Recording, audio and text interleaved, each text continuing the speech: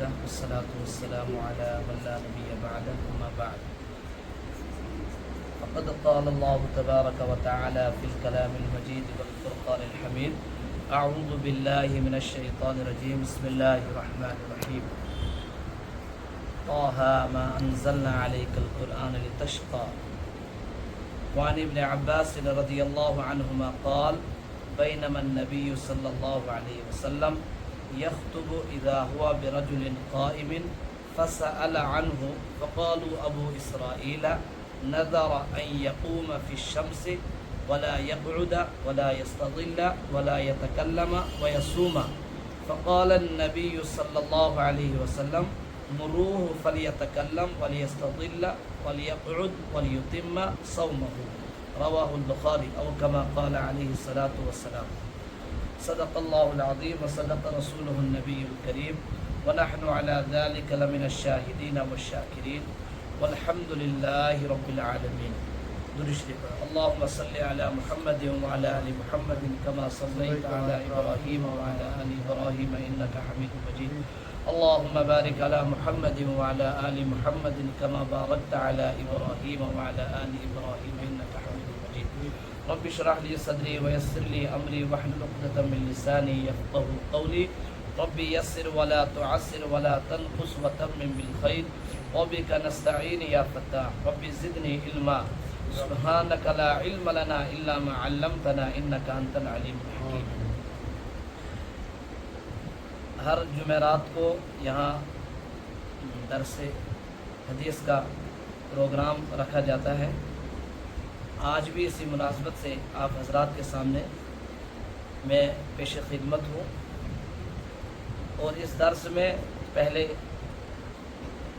کچھ بنیادی اور ضروری اہم مسائل کا مذاکرہ ہوتا ہے اور اس کے بعد ریاض الصالحین کا درس ہوتا ہے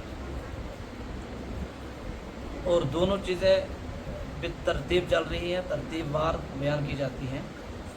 عید الاضحیٰ کے بعد سے یہ دوسری مجلس ہے.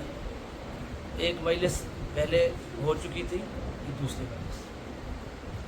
پچھلی مجلس میں بھی جو ہے واجبات نماز کے حوالے سے کچھ گفتگو آپ حضرات کے سامنے آ گئی تھی, لیکن چونکہ وقت کی جو ہے قلت کی وجہ سے روز ہر جمعرات کو دو تین مسائل ہم بیان کرتے ہیں اس غرض سے تاکہ مختصر وقت میں کچھ مختصر جو ہے بات پہنچ جائے. تو واجبات نماز چونکہ فقہاء کرام نے جن کی تعداد بیان کی ہے, جس پر فقہاء کرام متفق ہے نہ متفق علیہ واجبات وہ 14 ہیں. ان کی تعداد فقہاء کرام نے 14 بیان کی ہے. وہ پچھلی مجلس میں وہ مکمل ہو گئے نماز کے 14 واجبات. لیکن چونکہ ہم ان 14 واجبات کو ہم نے بیان کیا 2-3 مسائل کر کے, آج میں سمجھتا ہوں کہ آج ہم ان 14 کے 14 کو ایک ہی مجلس میں بیان کریں تاکہ ہمارے ذہن میں بھی رہیں اور جو سامعین و ناظرین ہیں ان کے ذہن میں بھی رہیں کہ نماز کے وہ واجبات جو متفق علیہ کہلاتے ہیں وہ 14 ہیں, تاکہ ان کا خیال رکھا جائے نماز کے اندر. سب سے پہلے اور واجب کے متعلق یہ بات پہلے بھی کہی جا چکی ہے اور اب بھی جو ہے بطور یاد دہانی کے طور پر یہ جس طریقے سے فرائض کے متعلق علماء کرام فقہاء کرام نے اصول بیان کیا ضرور قرآن و سنت, وہ یہ کہ فرائض میں سے اگر کوئی فرض چھوٹ جاتا ہے تو پھر اس کو نئے سے پڑھنا ہے.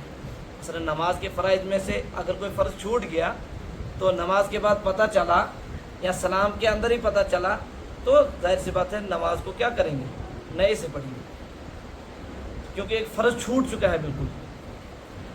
تو واجبات کے متعلق یہ اصول ہے کہ اگر واجبات میں سے کوئی واجب رہ جائے, چھوٹ جائے, تو اس کو ہم نے سجدہ سہو کے ذریعے سے تلافی کرنی ہے. اس سجدہ سہو کے ذریعے سے تلافی ہو جاتی ہے.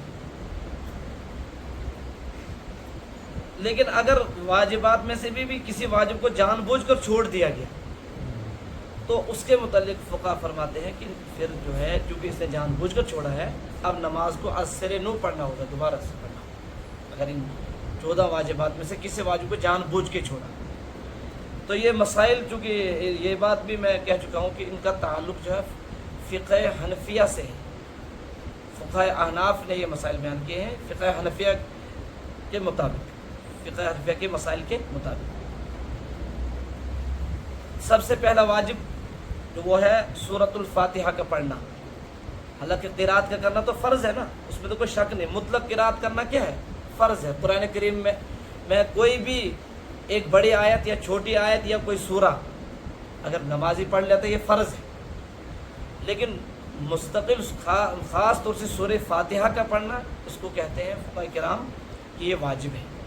اگر کوئی سورہ فاتحہ نہیں پڑھتا ہے یا بھول گئی سورہ فاتحہ پڑھنا، سیدھا سورت پڑھ لیا، قرآن کریم کی کوئی آیت پڑھ لی اور نماز پوری کر لی اس نے، تو یہ کہا جائے گا کہ اگر اس نے بھولے سے اس نے ایسا کیا ہے تو ایک واجب سے چھوٹ چکا ہے، لہٰذا اس کو سجدہ سہو کرنا پڑے گا لاسٹ میں۔ اور اگر جان بوجھ کے چھوڑا ہے سورہ فاتحہ کو تو یہ کہا جائے گا کہ نماز نہیں سے پڑھے، نماز نہیں ہوگی۔ یہ ایک واجب ہے۔ تو دوسرا واجب ہے سورہ فاتحہ کے ساتھ جو ضم سورہ کے حوالے سے ضم سورہ فاتحہ کے ساتھ کوئی سورت ملانا، تو یہ بھی واجب ہے۔ اگر کسی نے سورہ فاتحہ پڑھی اور پھر سیدھا رکوع میں چلا گیا، ضم سورہ اس نے نہیں کیا، نہ سورت کو نہیں ملایا سورہ فاتحہ کے ساتھ، تو یہ کہا جائے گا کہ اس سے سہو ہوا ہے، اس کو چاہیے کہ لاسٹ میں سجدہ سہو کرے، کیونکہ جس طریقے سے سورہ فاتحہ ضروری ہے اسی طریقے سے ضم سورہ بھی کیا ہے؟ واجب کا درجہ رکھتا ہے۔ تو ضم سورہ بھی واجب ہے، یہ دوسرا واجب ہے نماز کا۔ تیسرا واجب ہے فرائض کی ترتیب، جو نماز کے اندر جو فرائض ہیں ان کو ترتیب وار ادا کرنا، جیسے قرات ہے، تو اگر کسی نے پہلے رکوع کیا پھر قرات کی تو اس نے اس ترتیب کے خلاف کیا ہے، پہلے قیام پھر قرات، پھر رکوع پھر سجدہ، یہ ترتیب ہے۔ تو یہ جو ترتیب ہے یہ واجب ہے۔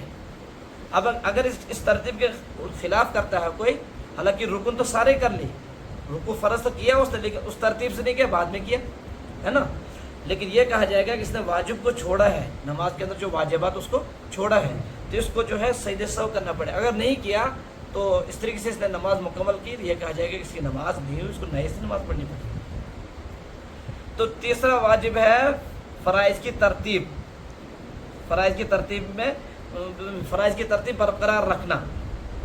اچھا، اس کے بعد ہے چوتھا فرض سورۃ الفاتحہ کو سورت سے پہلے پڑھنا، سورۃ الفاتحہ کو سورت سے پہلے پڑھنا، اور اگر کوئی سورت پڑھتا ہے پھر سورہ فاتحہ پڑھتا ہے یہ بھی ترتیب کے خلاف ہے۔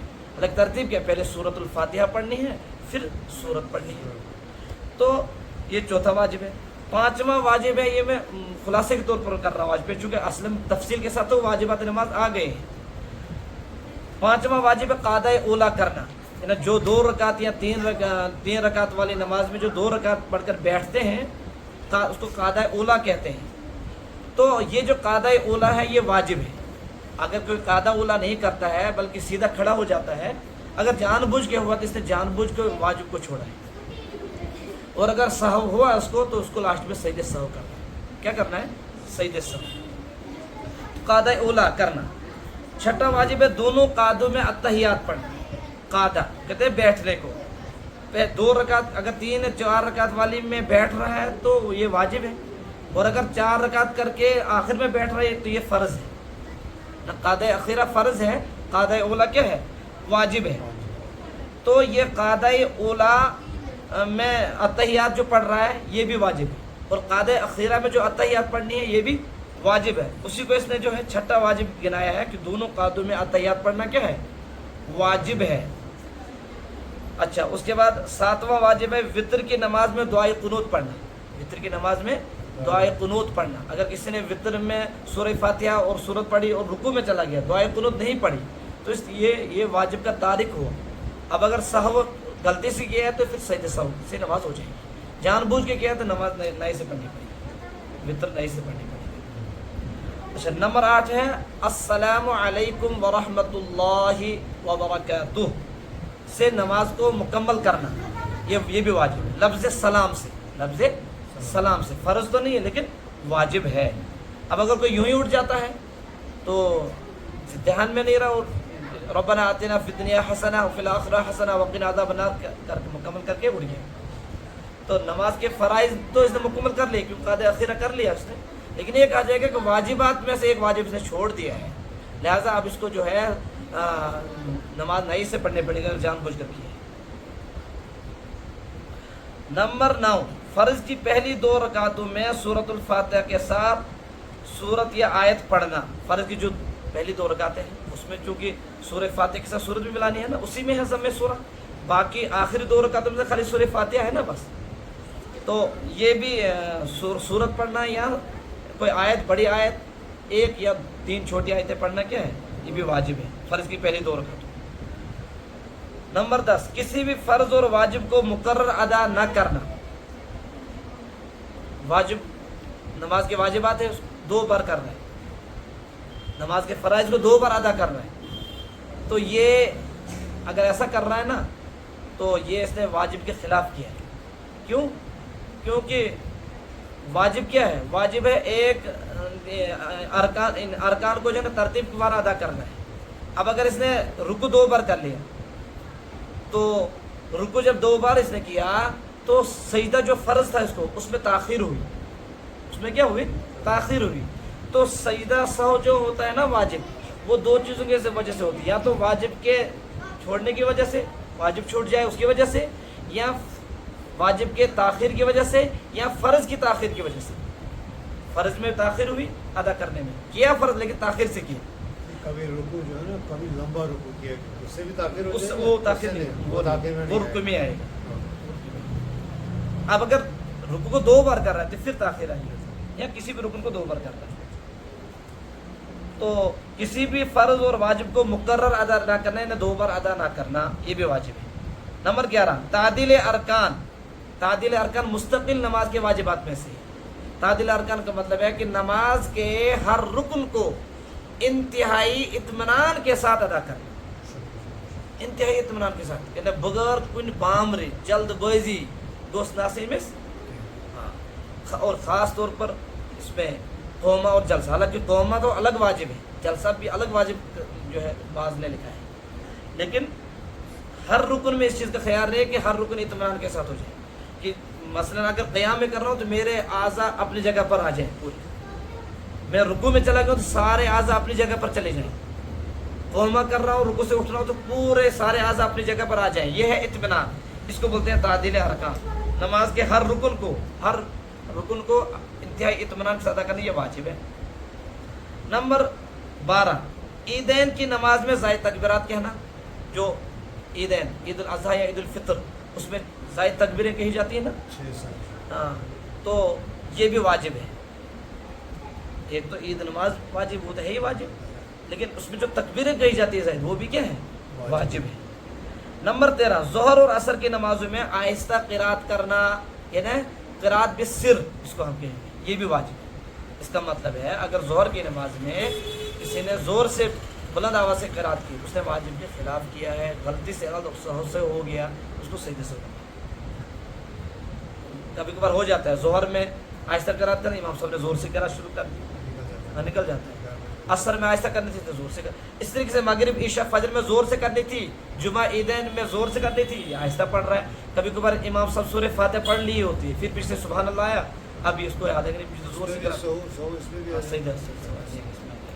کیونکہ قرات کرنا واجب تھا نا اس میں زور سے. اور نمبر 14 ہے مغرب عشاء اور فجر میں امام کا آواز سے قرات کرنا. تو جہری نمازوں میں قرات جہر کے ساتھ کرنا یہ واجب ہے. سری نمازوں میں قرات سر کے ساتھ کرنا یہ واجب ہے. اس کے خلاف اگر ہو جائے گا تو پھر سجدہ سہو واجب ہو جائے گا. اب اس میں بعض حضرات پوچھتے رہتے ہیں, کبھی کبھار یہ ہو جاتا ہے کہ صورتوں میں ترتیب ہو جاتی ہے, حالانکہ نماز کی ترتیب ہے نا کہ یہ اوپر سے پڑھنا ہے, الف لام سے نیچے کی طرف, یعنی ناز سے اوپر کی طرف نہیں, الف لام سے نیچے کی طرف. کبھی کبھار غلطی سے ہو جاتا ہے, جیسے میں نے سورہ فلق پڑھا, اب مجھے سورہ ناس پڑھی تھی, میں نے اخلاص پڑھ دی دوسری رکعت میں.